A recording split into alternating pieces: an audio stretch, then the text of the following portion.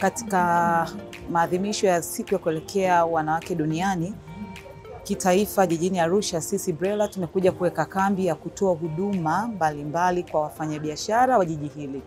Na huduma ambazo tunazitoa ni usajili wa jina la biashara, tunasajili kampuni, tunasajili alama na huduma za biashara kwa maana ya logo. Tunafanya jukumu la utoaji wa hataza, leseni za biashara kundi A pamoja na utoaji wa leseni za viwanda. Lakini pia kuhamasisha na kutoa elimu ya namna ya urasimishaji wa biashara pamoja na umuhimu wa kurasimisha. Kwa sababu tunajua jiji la Arusha asilimia kubwa ni wafanyabiashara na hasa wanawake ambao wengi ni wajasiriamali.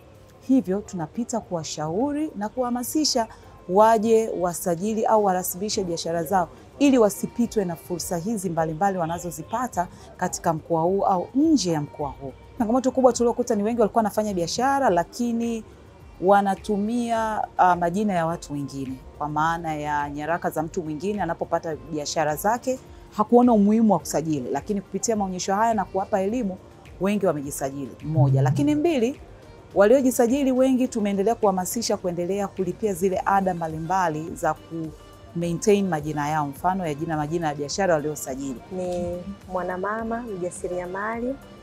Nimefika hapa kwenye banda la BRELA. Kwanza tukishukuru kwa ajili ya siku hii kubwa ya wanawake ambayo inatupa nafasi sisi kina mama kuendelea kujikagua na kujizatiti namna gani tukae vizuri kwenye mifumo ili tuweze kufanya kazi zetu vizuri.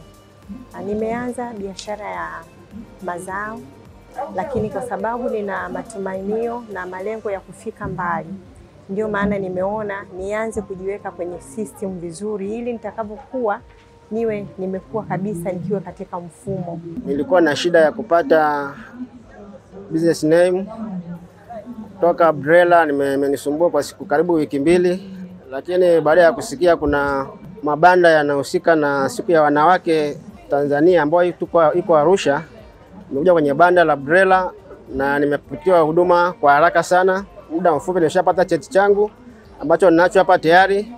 Kwa hiyo nashukuru kwa huduma nzuri inayotolewa na serikali. Tunamshukuru pia Mama Rais Samia Suluhu Hassan kwa kurahisisha mambo. Kwa kweli nimefurahi sana. Kwa huduma ya BRELA nimeona vizuri na ninashauri vizuri, na nawataka wengine waje ili waweze kuhudumiwa vizuri kama nilivyohudumiwa mimi. BRELA.